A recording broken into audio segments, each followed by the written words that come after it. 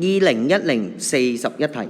好，呢一題咧，咁啊就講到咧問你咧將 x y 咧接駁去以下 A 至 D 邊兩點咧，咁嗰個安培計嗰個讀數係最細。咁啊，首先咧題目咧問你安培計嘅讀數係最細咧，咁啊換句話説咧，其實咧就問緊你以下 A 至 D 咧邊一個嘅等效電阻咧係最大啦。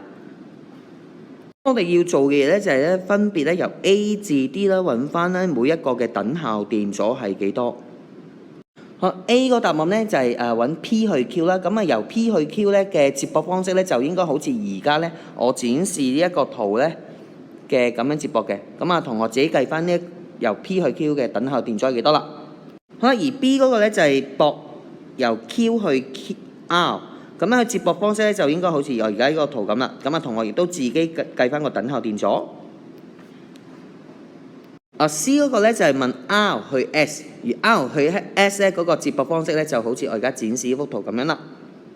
D 咧就問咧由 S 去 P， 而 S 去 P 咧嘅接駁方式就好似我而家呢幅圖咁樣。好 A 嘅答案應該會計到 1.3， B 嘅答案會計到 0.8。C 好簡單，由於佢咧短路咗關係，呢一度會計到0嘅。D 嗰個咧會計到1.5嘅，咁啊所以咧最大嗰個應該係 D 啦。